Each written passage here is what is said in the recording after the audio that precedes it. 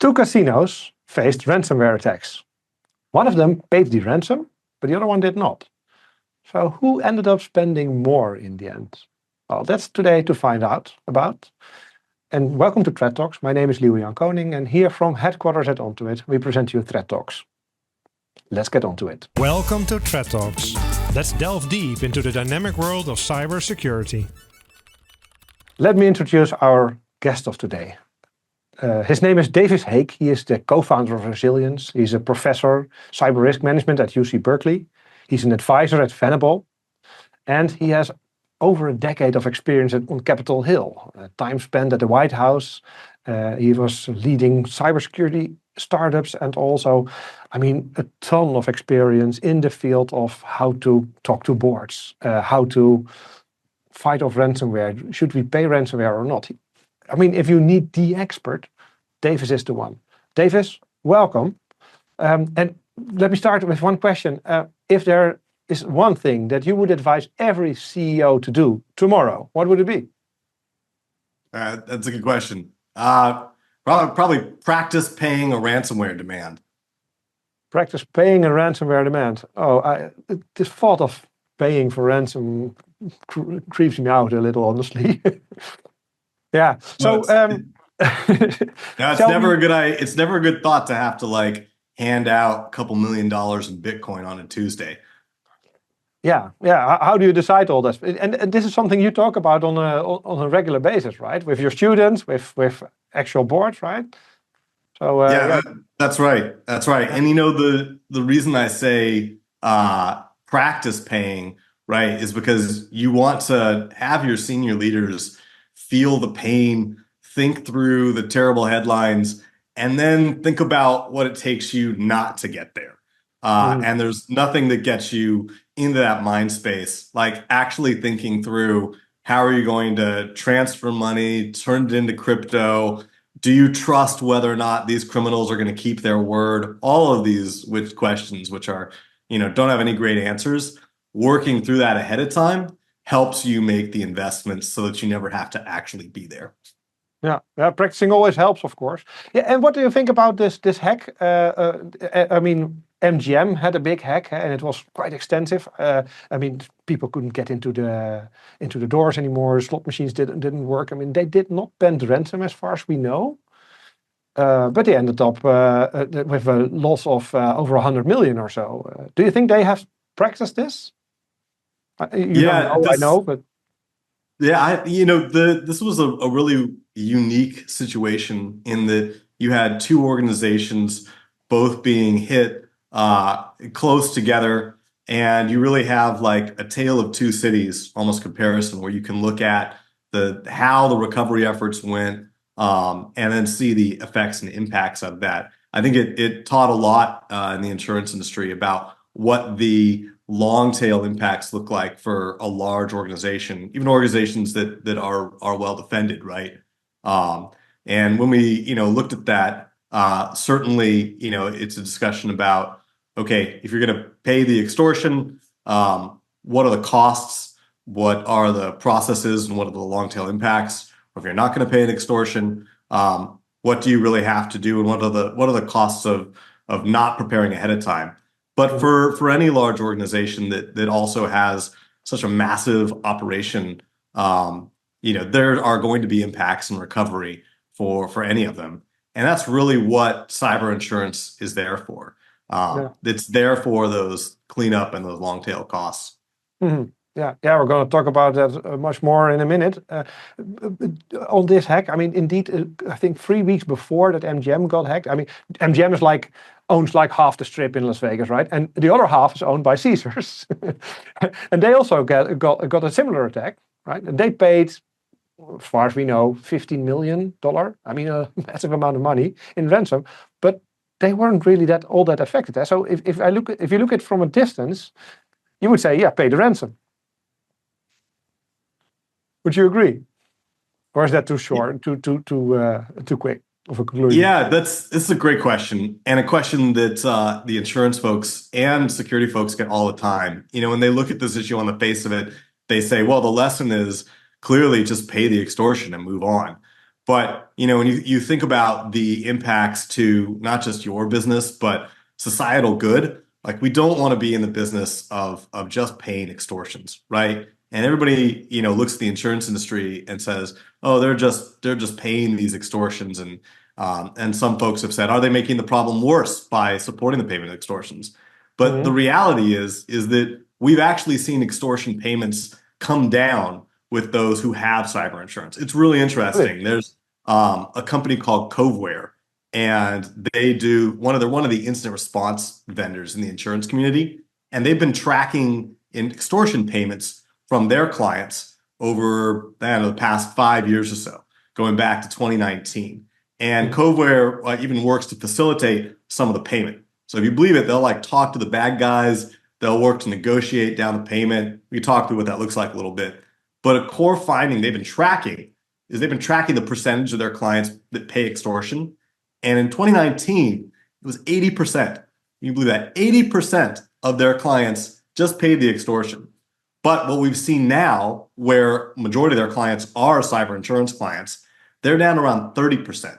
And that trend line has been consistent over the past 5 years. What's the reason for that? I mean, are hackers more afraid of people who have insurance, or that will probably not be it? Huh?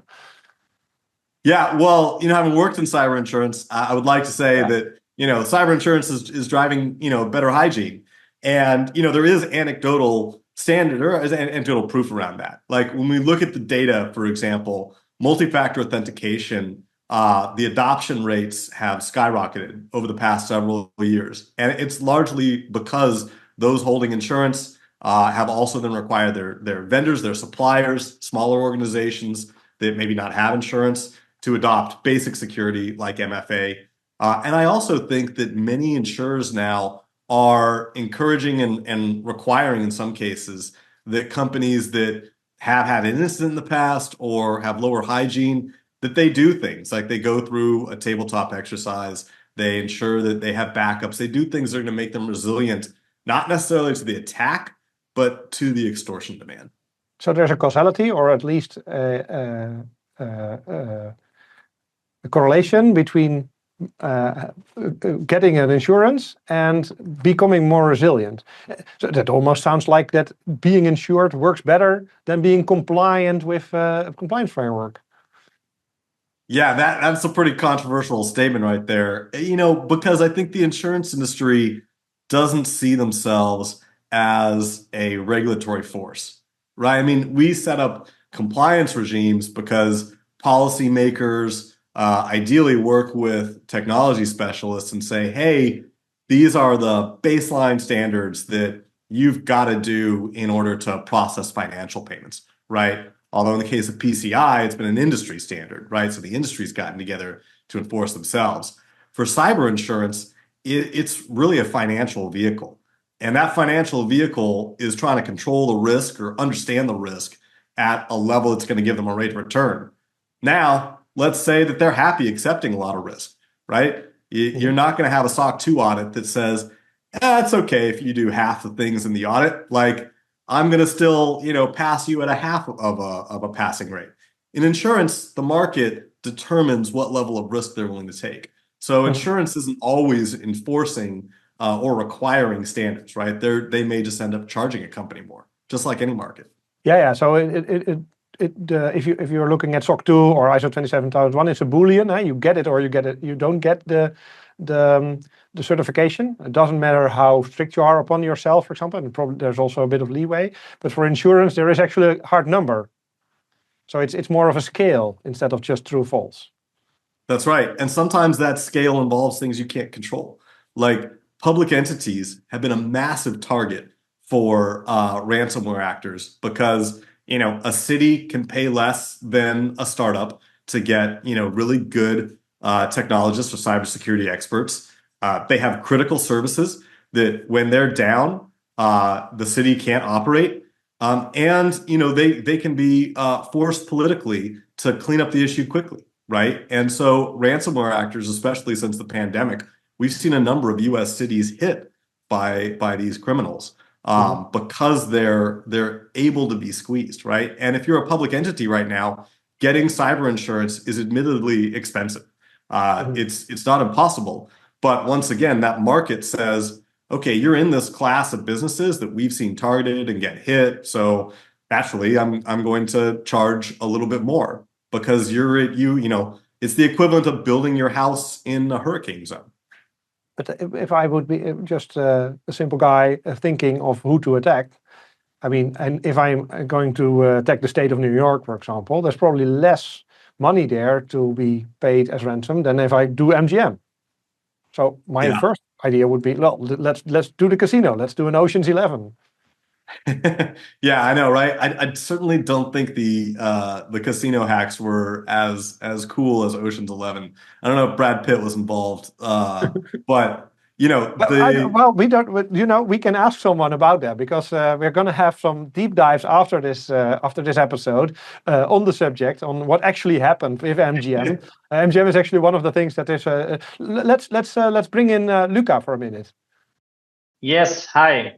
Hey, welcome to the Lieuwe Davis. Hi. Good to see you. Luca, you were listening in, so we're talking about the MGM hack and the Caesars hack just now. You're going to do a deep dive in the next week or the week after. Could you explain a little bit what we're going to talk about then? Yeah, sure. We're going to do indeed a deep dive on the MGM attack. We're going to talk and discuss about the ransomware group behind it. In this case, was Halfway and Scattered Spiders, which are two well-known hacking ransomware groups. The fun fact is this is the second time that happened for the MGM. They already had something similar in 2020, so they already had a data breach, and unfortunately, it happened again. We're gonna talk about how the attack worked in depth in the technical part, and we're gonna discover also a cool function of an IDP that they used. I'm not gonna give out too much now, but it's gonna be cool. Hey David, do you notice that Luca is he thinks it's fun that they got hacked a second time? Yeah, I didn't know that's the way I would describe the attacks, but I definitely see the fun in chasing after this and pulling apart the details. You do such a great job, Luca. Yeah, thanks. That's fun. That's what we like to do here. We'd like to know, Luca, did they pay their ransom? No, they did not. It seems like they decided not to pay the ransom. So it took a while to recover everything. And as you can imagine, they had a lot of problems, issues with customers. They also have a casino, so people were not able to use slot machines and all the casino equipment. But also some of the guests were not able to enter their rooms because, of course, everything is connected. So yeah, it had a really huge impact. People couldn't pay, restaurant, bar, rooms, everything. Yeah, Caesars got hacked a couple of weeks before. They did pay the ransom. Yeah, it seems like less in the news for some. Well, we'll talk about that later. Yeah. Hey, Luca, there's more deep dives. We are going to have 3 after this main talk. Can you explain what the second one is about? We're gonna touch also on the Conti ransomware group. They hacked the Costa Rica government. This happened in 2022. It was it had a really big impact on the government. Actually, Costa Rica declared national emergency because they managed to block a lot of important parts of the Costa Rica government, including the Ministry of Finance. So as you could imagine, everything was ransom. They couldn't use the systems. People couldn't pay taxes. And it was really like a great impact for the government. Dave, is this something you would insure? A whole country? Would be I don't know about a whole country, but we've been facing a string of ransomware attacks over the pandemic in the US. A lot of cities were hit. I think Costa Rica, unfortunately, was like a nightmare scenario for what we've seen. Yeah, well, yeah, I want to learn more about it in a deep dive. Hey, Luca, the third one is closer to where you and I live, huh? Yes, it's a bit closer to us. It's something that happened. There was a data breach on the Dutch law enforcement. This is something that happened. We're going to discuss a bit the technical part about stealing session cookies, session hijacking. That's how the attack happened. The attackers managed to leak a lot of data and a lot of information from the Dutch law enforcement. including, for example, names, email, and function of some of the employees, but also some information about third parties that were communicating with the Dutch law enforcement. So that was quite. If I got that, if I would have the data, I could find out who my local police officer is and how I can reach him. Yes, and I'm pretty sure also that some of the functions that they have in the law enforcement maybe might be undercover, or some people that don't really, there could be all this Ethan kind of Hunt's information not as list well. that got out then. Yeah. Okay, well, I guess we're all going to listen to that one as well then, Luca. Thank you. Yeah, indeed. Yeah, thank you for joining us, and see you soon. So enjoy the rest of the talk. Nice meeting you. See you later. Bye-bye. Thanks, Luca. Yeah, so Davis, hearing all this, I mean, ransomware, ransom attacks, extortion, those things, they happen over and over again. Now, I'm very much a prevention guy, and to me, it's always a bit puzzling how it is so big still, because these days we have proper equipment, proper products that we can buy to prevent this stuff. I mean, endpoint protection is crucial there. You already mentioned multi-factor authentication earlier, crucial for phishing. If someone gets your password and you don't require a second factor, of course, you will be hacked. But if you do a couple of things that are well understood in the market, backups for recovery, those kind of things, I'm always a bit surprised that it happens still a lot. What's your view on that? Yeah, no, that's a great question. Do you advocate prevention or do you advocate resiliency? And starting my career in the cybersecurity Can you explain field, the difference between those two from your perspective? Yeah. So prevention is exactly what you're talking about. You're building from a mindset of stopping access from a bad guy, right? Preventing a bad guy from succeeding. But honestly, I think in security that's kind of a fallacy that we as like cybersecurity experts drive to think that like we're smarter than the other guy. We're gonna outfox them. Like we're gonna build a bigger castle.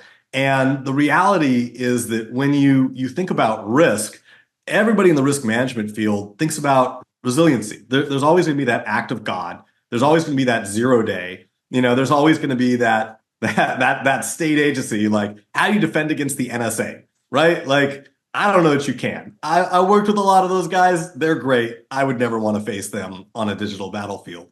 So instead, thinking about how does my organization be resilient to that threat? How can I ensure that even if something gets past my defenses, it is not the end of my organization, is oftentimes where I start with non-technical executives and where I train my students to start.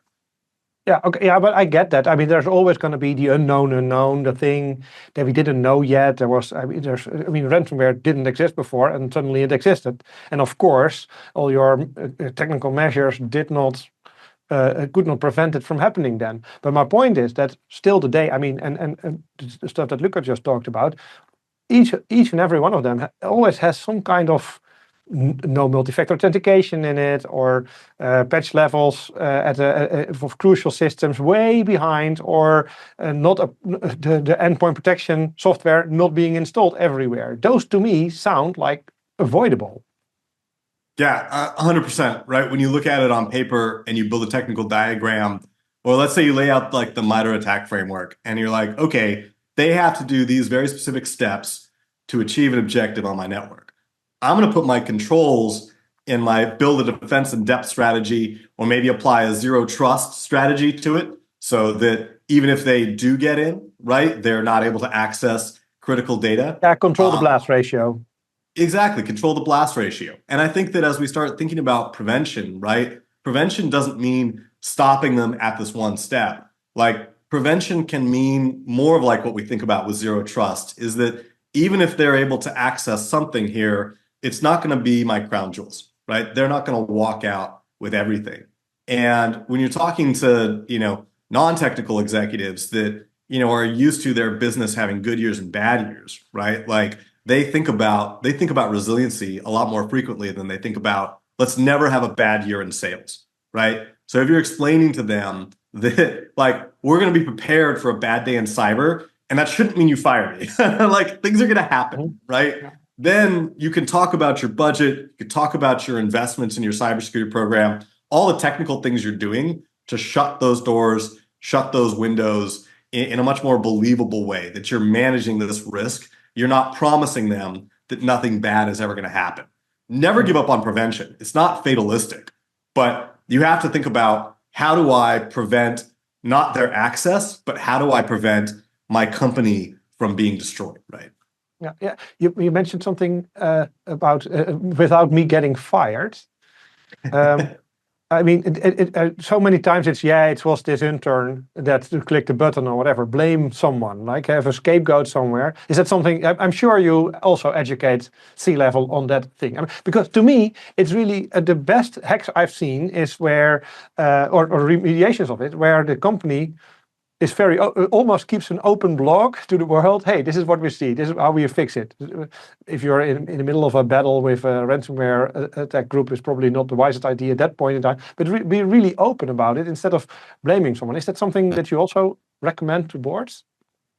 Yeah, you know, when I'm training my students, and so all of these folks are like mid-level IT managers. They want to be CISOs. They want to be security leaders. I always teach the class with another CISO. Right now, I've got a wonderful head of security for MasterCard, Dr. J, Alyssa Abdullah, with me to give her like real world in the trenches experience. But one of the things that we decided on early as we're training these folks, because we've seen the gap in security leadership today, is around communication skills. And it's communication to your executives, communication to stakeholders in the company, your employees, and folks outside the company. What are you saying to, on LinkedIn? How are you talking about what you do to build customer trust? And it's interesting because one of my former colleagues, Sebastian Goodwin, is now head of security and trust at Autodesk. And he started his position as the head of cybersecurity. And what they've been thinking through is that it really they care more about the idea of trust from their customers and trust in their products than they only do about security. Like trust is a higher level priority. And I think that's such a powerful thing for us to remember in our profession in securing things, is that we're not securing things because it's fun. Although it is. Like it's fun outwitting the adversary and thinking through all the ways and, catastrophizing, what's the worst day? And then let's stop that. And we build a nice little, castle around our organization. But the reality is we're doing all this stuff because it's our organization's trust. And building that trust requires the ability to communicate. So when we talk to our students, we exercise with them actually writing a press release after their organization has been hit. And this is probably the most brutal thing I do to my students that are all computer science majors. But I ask them to volunteer to read their press release in front of the rest of the class. And it's a great experience. It is brutal sometimes for people that don't like public speaking. But I think it gives everybody that ability to understand that at the end of the day, they're going to have to stand up and take responsibility for the risk decisions that they made in a way that they're going to try and build trust for organization. And if you can't do that, then you're not going to go very far as a security leader. This also sounds a bit like you have, instead of security being like a bolt-on thing that also needs to be done, we need to pass the audit, you're internalizing the responsibility of secure by design. There's so many terms that you can stitch to that. Is that the managerial version or the board version of that? Should we look at it like that?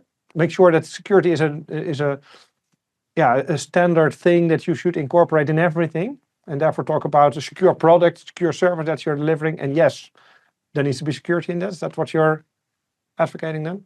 Yeah, and that goes back to your earlier point on compliance, right? Is being in compliance the same thing as being secure?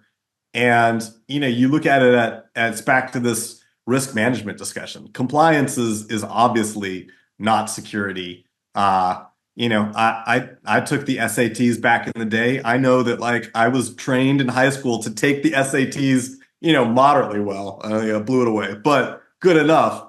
And being trained to take a test and have your organization follow the steps that are going to show that, okay, I passed this audit. If you're like, whew, well, we don't have to do that anymore. Like, now we passed our audit. That's great. That type of thinking, that type of achieve compliance thinking, doesn't make you secure. What makes you secure is thinking back that your customers or your organization has stakeholders, has people that buy, that trust you, right? And trust you to provide a product that is secure. A lot of people, ideally, they don't even think about security, right? Like when they buy your service, they shouldn't be worrying if it's going to be a risk to them. Shouldn't be worrying that, even if you go up to a restaurant and you swipe your credit card, that credit card isn't going to be stolen by, somebody skimming cards in the back, right? You don't think about that when you go to a restaurant. That's that level of trust. And good organizations think about what it takes to maintain that trust. And then they invest appropriately. And part of that means being in compliance. If you're in a regulated industry, getting that. I've come to learn that compliance is a really great tool to help you get there. And we did a whole episode on in the difference between being compliant and being secure, and the two may be very far. We had a couple of deep dives on examples where in highly regulated environments where the simplest things actually went wrong, and then there's a big disconnect between what the goal of compliance is and the actual situation. However, many CISOs, especially CISOs who don't own a budget, really like having a compliance like a stick that they can use to do the proper thing. But you have to do the proper thing then. It's not a guarantee. It's all up to how you work with it. That's totally the flip side, right? And I wonder, even as you think about smaller organizations where, budget is tight and real business decisions have to be made. If compliance is a requirement to do something, that, to your point, certainly helps drive the budget discussions to say, hey, we can't skimp on this. But the follow through is critical, right? Because if you're still just teaching to the test, it's not going to actually lead to a reduction in the risk. Yeah. So it's all about reduce risk, know where your risks are. There needs to be a lot of communication. I'm glad you teach that to everybody, because I agree we should talk more on that subject. But then probably there's always this residual risk that you cannot foresee. So there needs to be a plan. You mentioned practicing, but also insurance. So can you? I always see there's a lot of lack of knowledge on what an insurance actually can do. The thing I hear most is it's very expensive to have cyber insurance. But can you walk us through what is actually covered by insurance? So some people say it's just the legal cost of defending myself. Paying the ransom itself, is that covered, for example? Is there a limit to that? Can you explain a little bit what the options are in today's market? Yeah. Some great questions. What even is cyber insurance? When I started an insurance company, a lot of my friends that were CISOs themselves or were more on the more technical side of cybersecurity were like, what are you doing? Like, cyber insurance is only there if I mess up, right? Like that's still that prevention mindset that like people only buy insurance for when they don't have good security.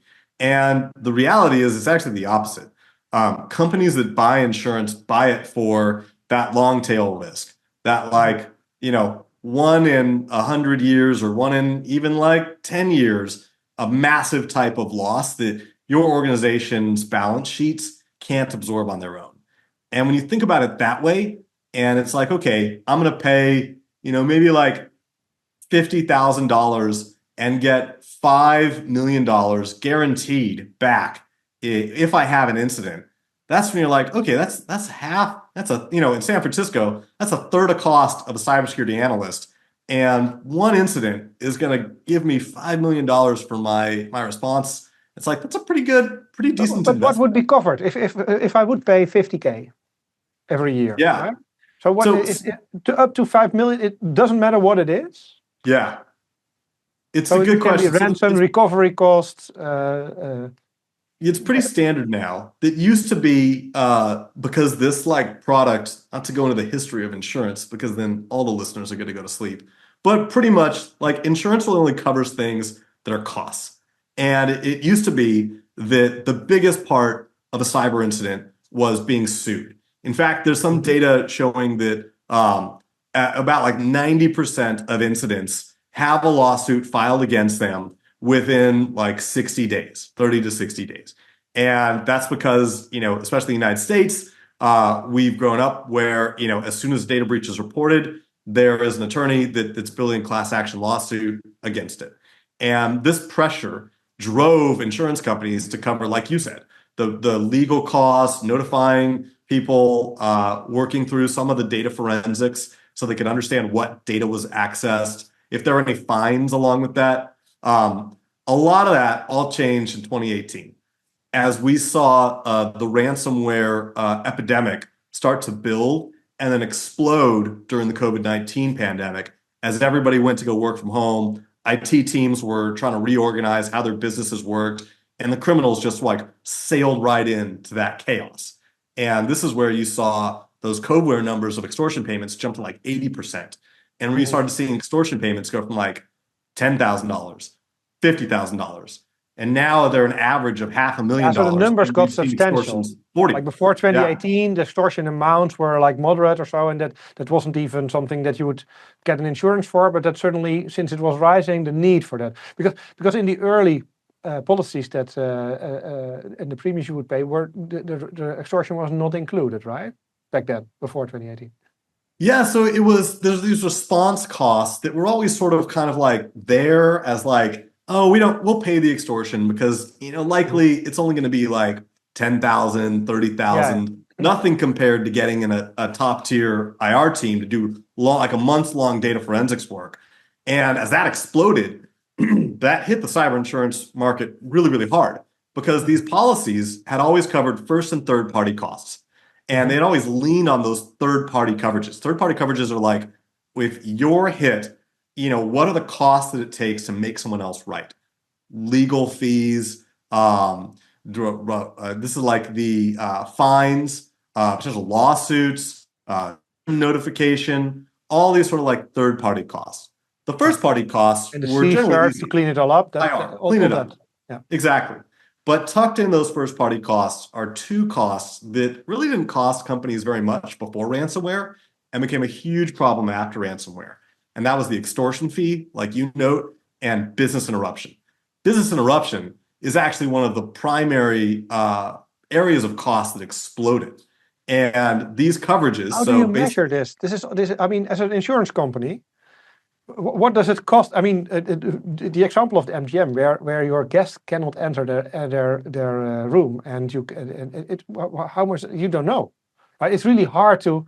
You don't get a bill. So, and if I know insurance companies, they really want to know what you spent, like you mentioned, right? So how that sounds a bit, well, let's say difficult to me. Yeah, no, it is. It is really difficult, right? And understanding, so like the average ransomware incident, I think the figures earlier this year were around 21 days of downtime per ransomware incident. And so you've got to work back through, what was the impact to my company's bottom line for, those 3 weeks we were out? What does that cost us? And that's a difficult calculation to come through. I think a lot of companies work in practice then for that. Are you going to make a graph with your revenue and then see the dent in there, and then then how do you correct for external influences? Maybe the economy has gone down. I mean, how does that work in practice? Yeah, I mean, in practice, the good thing is that this part of insurance, because cyber insurance is a relatively young product, a lot of pretty much it's one of the I forget if it's the or one of the top types of insurance that always pay out. And that are easy to pay out. And so what you end up seeing is claims teams work with companies rather than saying, oh, I don't think that's quite right. We're not going to, maybe not all of your systems were impacted. So, we think that you didn't lose that much money. They're going to take what a company says. If a company says, hey, we were down for 2 weeks, we didn't make any money for 2 weeks, this is how much we would have made. that if it's within the policy limit, then the insurance companies pay. And I think, that's due to the fact that this policy is still relatively young. And frankly, the insurance industry wants to show that this is a policy that has value to it, right? And so when the claims teams I've worked with, even though you have these cases of people saying, oh, they had the insurance wouldn't pay after the fact, really the claims teams are there to help clients figure that out and say, okay, this is how much it probably cost your business. These are the areas that are covered. And basically it's like, we're going to help you fix your house, but we won't pay for you to move into a bigger house, right? So that there are costs that if you need to do a network upgrade or you need to change security providers, those are generally not going to be covered by insurance because you're getting if you didn't a nicer install car, your right? anti-ransomware software, then the recovery cost of acquiring that new license is of course not covered. That's right.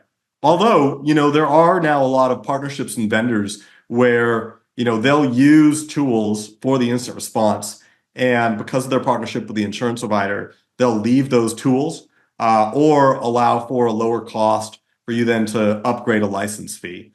So, if you don't have, core endpoint or EDR protection in, or you haven't had somebody who's managing your security and the IR firm comes in, works with that, they oftentimes can help you make that upgrade, right? And what about premiums? Are they influenced by what kind of protections you have in place, for example? Could I get a discount if I can prove that I implemented zero trust? So I compartment my network, so the blast ratio of my problem is small. And how? and maybe it's if I am in cloud, it's more or less risk. How does that work in practice? Yeah, it's funny. You asked me earlier whether or not we knew cyber insurance was making people stronger. And part of the answer to saying we have anecdotal data and we see the effects, but figuring out what controls are making companies stronger and which underwriting to those controls is still a big puzzle. And it's a very complex problem. And it's a problem of some data being over here, not being all worked together. When I started my last company, we naively thought that we could, in health insurance, they ask everybody if you are a lifelong smoker. And if you are a lifelong smoker, your health insurance is crazy, right? Your life insurance is nuts. If you're not a lifelong smoker, it's significantly cheaper. And, we wanted to figure out the same smoking question in cyber insurance. But the reality is from cybersecurity, what you're doing, against one actor or for one organization or 1 year is not going to be the same thing that you're going to be doing, 2 or 3 years from now, or even 2 or 3 months from now.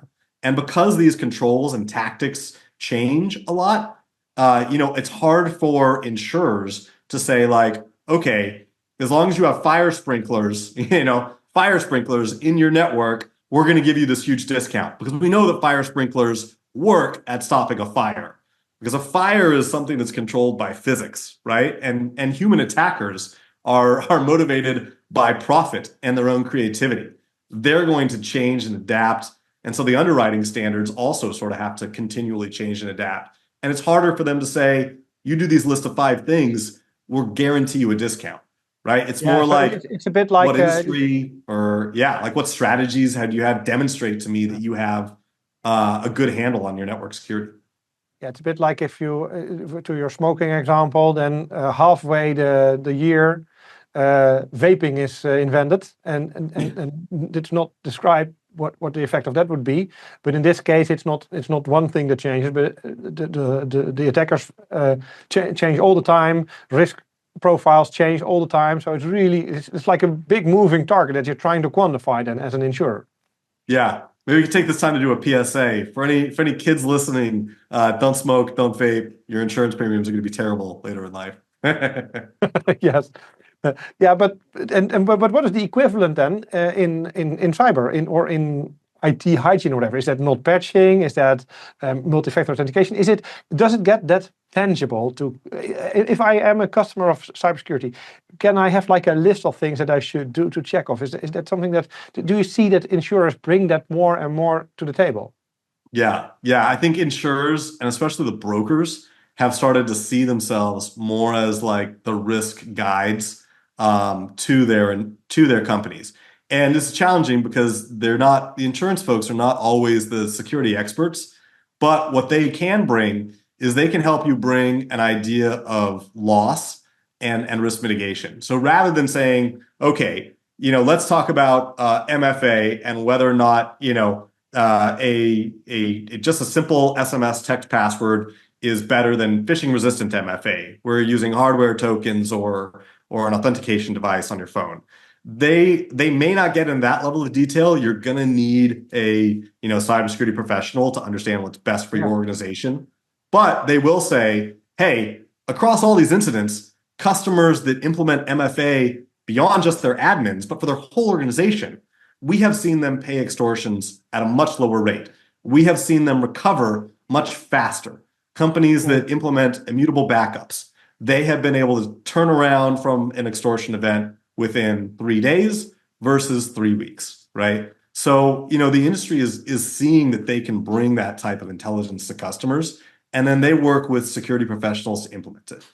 Yeah, so insurers and reinsurers, they are like crazy collecting that data, I would expect them to they're trying to hoover up all of that and understand it. But, they still look at like the bigger picture, right? I think people oftentimes think that insurance companies really focus on them and their policy. In reality, the insurance game is a portfolio of companies. Some are bad risks, some are good risks, and it's really understanding what the combination of that is that is likely to have a loss. And so for an insurance company, they're more interested in the broader pots. What industry are you in? What type of data do you hold? What's the cost for that data being out?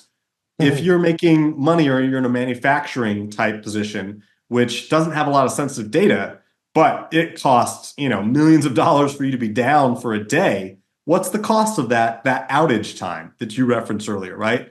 That's what they're trying to figure out so that when you come in the door, they automatically have an idea about how much you might cost for an incident. And then they can work with you on what controls you have in place to see, like, are you a high, a medium, or a low risk? And so you always want to show that you're a low risk. Right?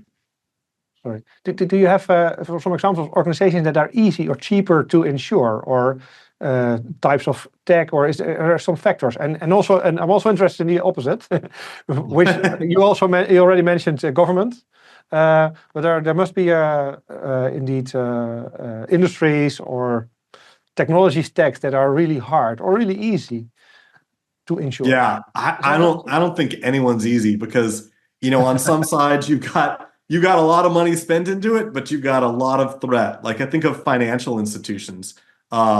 It's very easy speaking to financial institutions for them to understand security, to set aside the money to invest in it. They've been working in terms of fraud and loss and resilience. That's their business, right? And when you come to a financial institution, they often get it. They are already regulated. And so compliance is a part of an overall risk management firm for them. They're already thinking, like we said earlier, how do I reduce fraud? How do I reduce risk? Part of that's compliance, part of that's security, part of that's culture. But on the other hand, they face some of the largest attempts of attacks, right? Like everyone's robbing banks because that's where the money is. And they're not. The risk is low, but the impact is high. So that equals each other. Exactly. Yeah. And it's their ecosystem, right? Should everybody get an insurance? I mean, because if you're really like a really small business, like SMB, how is that? Because they're typically not as properly secured as larger organizations. But the pie is also smaller then. Well, that's the thing, right? And this is really where we've seen the biggest growth in the industry are the small businesses. Oh, really? Where they actually have, they're starting now to see like, oh, wow, like my competitor just got hit by ransomware and they were down for like 2 months. They had to completely rebuild their payment system. They couldn't pay anybody. I had a case where actually like a friend of mine that runs a construction business, you wouldn't think that a construction business has super critical data or that attackers would even find them, like a small regional construction firm. But their other competitor was hit by a massive ransomware attack, and it was so bad that they had to take over the projects from their competitor. Oh, really? And they were like they took the projects, they put their staff on payroll, and they essentially kept their business afloat until they could recover from this extortion event. Mm-hmm. And so, that now, because of automated vulnerability scanning, the attackers don't care necessarily like how big or how small you are. If they can get in and make a quick buck, mm-hmm. their return on investment for doing that is there, and they're going to get in and make a quick buck, regardless of whether or not you think you're worthy of being hit. I know it's difficult to look into the future, but since you are partially creating it, what do you think is the future in insurance? What is there a trend that you expect to happen or a change in all of this? Yeah, well, I think everyone, right, is trying to figure out not what is the smoking question, but how do I ask the right questions continuously? Like, how do I learn how to engage with companies so that I can understand their risk and I can scale that, right? So it's not just really understanding one company, but understanding 100, 1,000 companies, 10,000 companies in a portfolio. And so you've seen the introduction in the insurance of a lot of attack surface scanning tools, right? And you've seen a lot of companies that are taking insurance and combining those tools together and then coming up with models that will do what's called risk engineering. So property has done this a long time. If you look at a traditional property insurance, they have people called risk engineers. And they'll actually go into a business and they'll help say like, hey, you need fire sprinklers here. You need nails that are this long. It's a technical job. It's a technical job, right? And the we already have a shortage of staff for in general. That's right. To reduce that risk, right? So it's like paying for you to go in and do a security audit, and then the company improves those things, and your insurance gets better. Maybe premium doesn't go down, but maybe you have $5 million more in limits because they're following your advice, right? And this is where there have been a few firms in the insurance industry and cyber doing this with highly successful results. And I think this package together of not just ensuring the risk, but helping you reduce it is really where we're seeing this market go. Okay. We need to pause for a moment. We're almost at our end of our time, honestly. But there's always a treasure hunt that we that we present in the main talks. There's a code. It will be in the screen. The code number is 122403. So for everybody listening in, email this at code@threat-talks.com, and you will get a great T-shirt that you'll see also in the next deep dives. Being Luca typically wears those kind of nerdy shirts for you. So if you are interested in that, send us an email with the code. I'll repeat it once more: 122403, and you'll be the happy owner of one.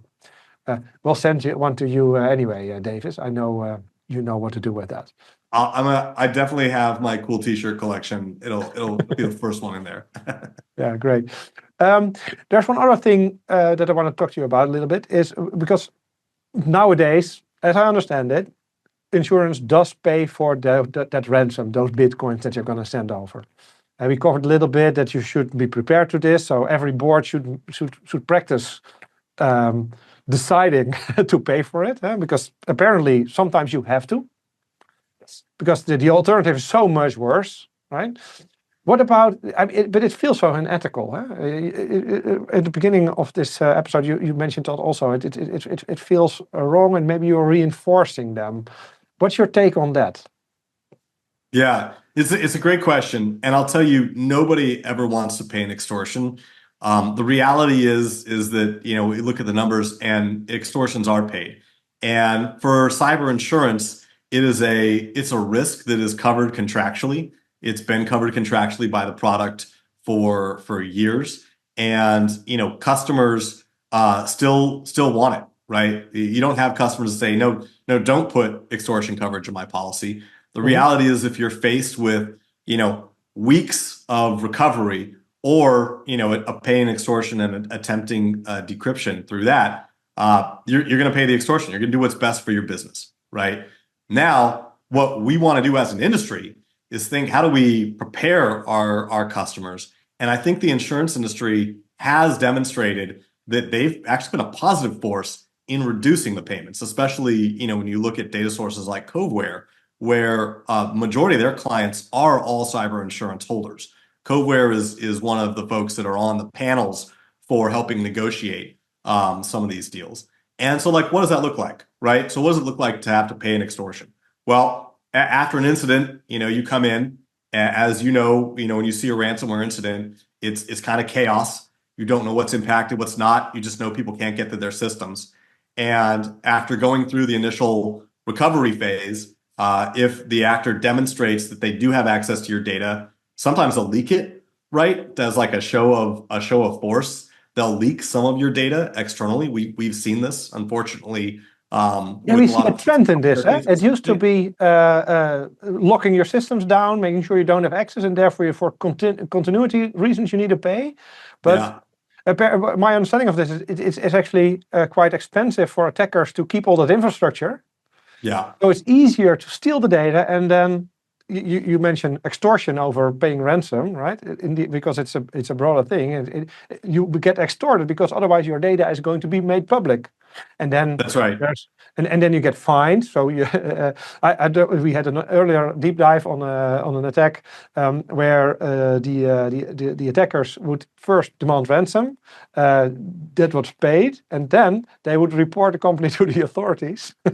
So they got fined. So they got a double bubble there. But that, because that is a real threat. I mean, a company, and it's easier for them to do so. Yeah, and then you can put your backup system in place all you want, so you can have a fast recovery yourself. But yeah. No, that's exactly right. There's double extortion, like you said, and now there's also triple extortion. Oh, really? And they'll go to the people whose data was leaked and say, hey, your healthcare provider, your law firm, your whoever was hit. If you don't want me to put your data out, you'll pay me again, right? A smaller amount. They're just monetizing and monetizing and monetizing wherever they can. But getting that money and making that payment is never something you want to do. And having to go through, first of all, you have to check whether or not you can legally make a payment to this group, because you are not allowed to pay organizations that support terrorism. So the U.S. Treasury Department has a list, OFAC list, and you've got to do a check of the OFAC list to see if you know which ransomware group is responsible. Can you pay them? And then if you can pay them, then it's getting together the appropriate amount of funds through a cryptocurrency that they dictate. It's having someone negotiate the final price. It's getting a demonstration that they can decrypt the data, or showing that they will delete the data. Although, of course, you can never really trust that they actually deleted the data. I mean, they just screwed you. So now you're going to pay them, and then they hold all the power. Yeah. And that goes back to what I said at the beginning. Make your CEO pay an extortion, because where this conversation is going is that you may be handing millions of dollars in cryptocurrency to people halfway across the world, trusting that they're going to keep their word. That seems crazy, right? But unfortunately, it's your only case to resolve an incident if you've gotten that far down the road. And I think showing this to your senior executives that we don't want to be in this spot is one of the most powerful things that I've seen actually impact the success of organizations going through a culture change towards security. Mm-hmm. Mm-hmm. All back to communication again then. Yeah. I mean, if you are building a successful security program, ideally things aren't happening, right? And it's so hard to prove a negative that we didn't get hit, we didn't get hacked, all this money was spent to good use. If you're not communicating that you understand the risk and the risk is here, then you run the chance that folks giving you money think the risk is here, right? And about that, keeping them educated and making security part of your business, then your budget for protecting this is potentially going to shrink to that. Yeah. In the beginning of this episode, we said it's prevent, pay, or insure, but we can almost say prevent, pay, and insure. Then that's probably the conclusion of the day. Then, or maybe prevent, insure, or pay.